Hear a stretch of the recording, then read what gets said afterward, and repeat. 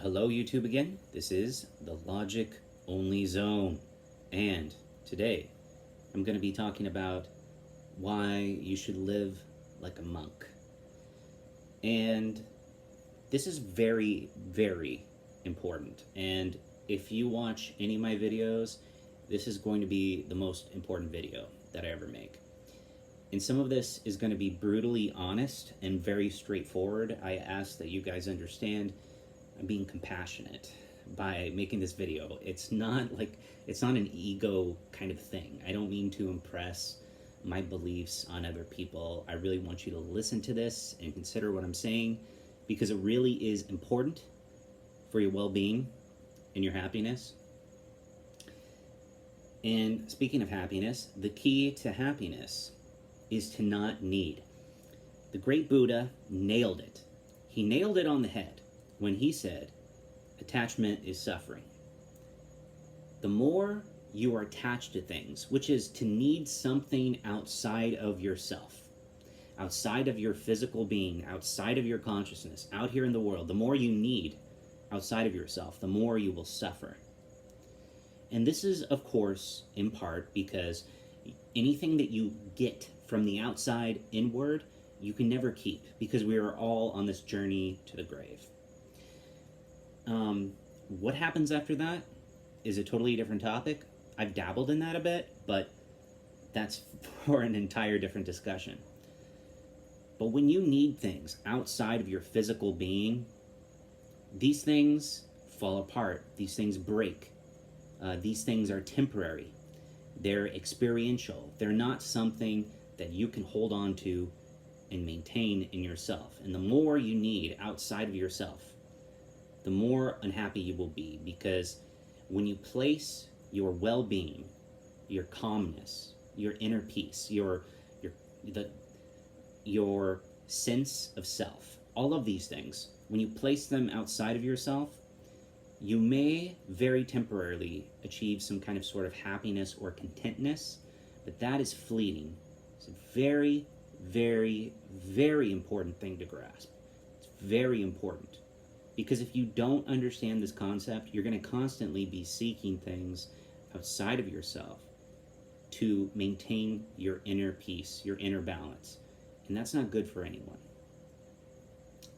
Even if you find a plethora of things, this thing, that thing, this thing, that thing, outside of yourself, and you continually try to attach to those things, to continually, in a ridiculous effort, to use those things to maintain your balance, your peace, your calmness, your contentness. Even if you do that, it's not ever going to last. So the best thing you can do is be at peace. Here you are, this is you, and that's you, and that's fine, and that's enough. This realization that you just don't need anything, you don't need any of that stuff, it's extremely important. And I'm not asking you to become Buddhist. I'm not asking you to ascribe to that. I'm merely using that as a reference, something that people know, that they can try to understand.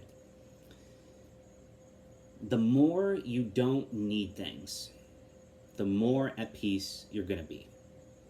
And I can tell you through my experience, this is true for me. And I know if you try, it's going to work for you too.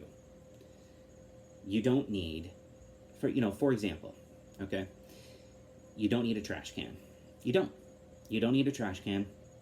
It's a cylindrical piece of plastic or metal or whatever it is, and you just throw garbage in it, okay?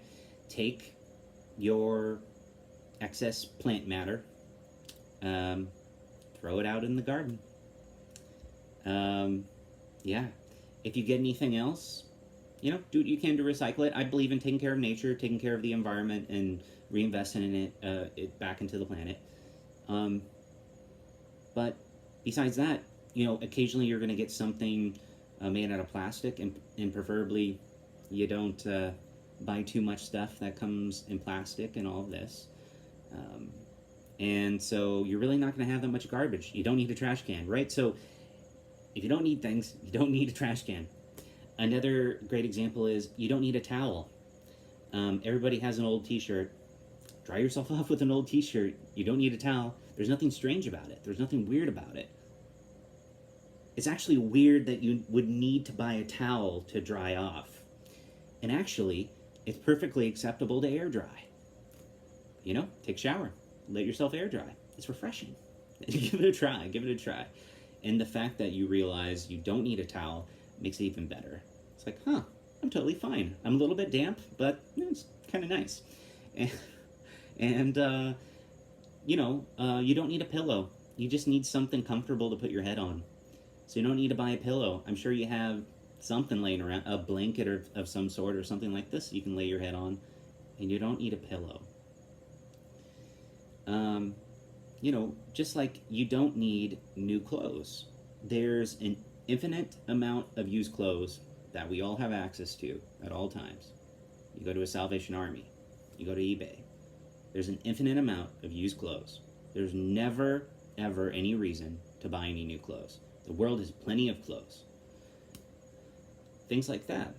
And the only reason you worry about clothes is you just don't want people giving you a hard time for wearing old clothes, and just not worth the shallowness of other people.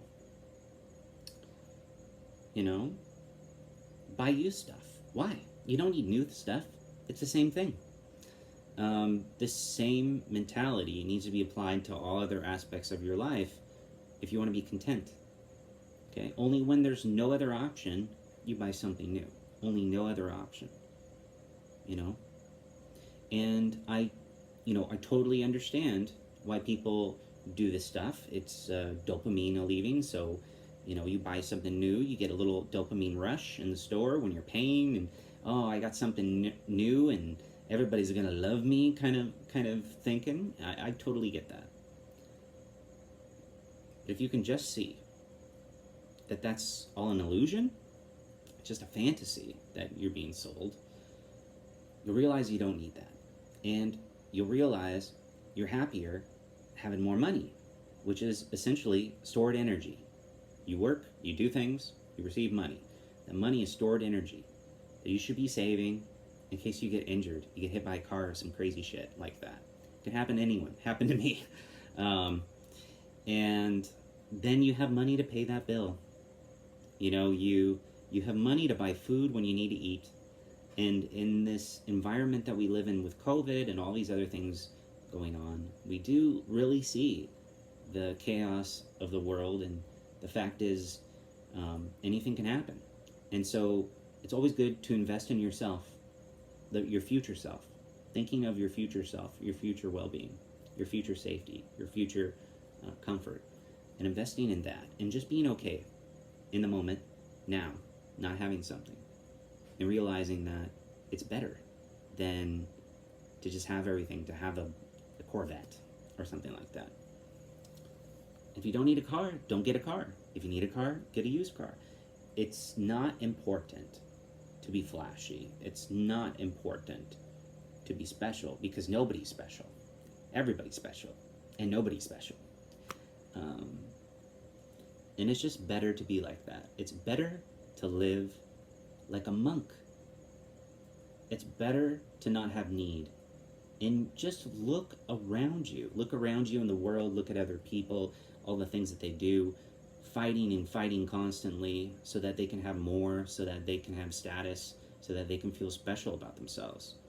Feel special about yourself now. You're special and not special.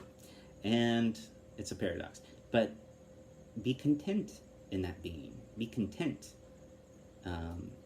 with how things are, who you are, what things are. And through that mindset, it's freeing. You're not held to this thing or that thing, or being this or being that. You can be like water, like Bruce Lee said. Be one with the teapot. And that creates so many possibilities for you, so much freedom, so much capacity to explore. It's like somebody who puts their whole life into a backpack and travels the world. It's that kind of freeing sensation. Because not only are you physically free and not tied down to being in this room with all of these things or something like that. You're not tied to a certain way of thinking about the world. You're not tied to a certain lifestyle or something like this.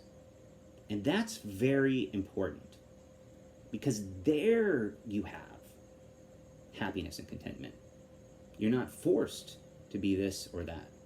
You're not owned by this thing or that thing, or this company or that company with their products or something like this. You truly are free. You're nobody's slave. And if you have a decent job and you work for a couple years, you've got plenty of money because you're not wasting it, and you have safety and contentness. And if you want to change jobs, or you want to move to this place, or you want to do this thing, just to have the experience, just to explore, you can. Nothing is holding you back, and that's the key of living like a monk, is to not have anything holding you back. It's to be liberated from being possessed by objects, by people, by the world, by society.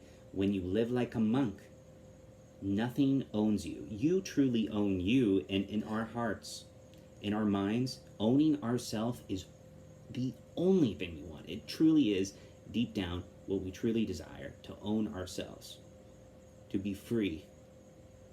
And that is perhaps something that maybe I learned when I was younger through Greek philosophy or through American individualism or something like this, but I can say that it does feel great. It does feel good, and I highly recommend it. And that's it for today, guys. Live like a monk. Logic is only alone out.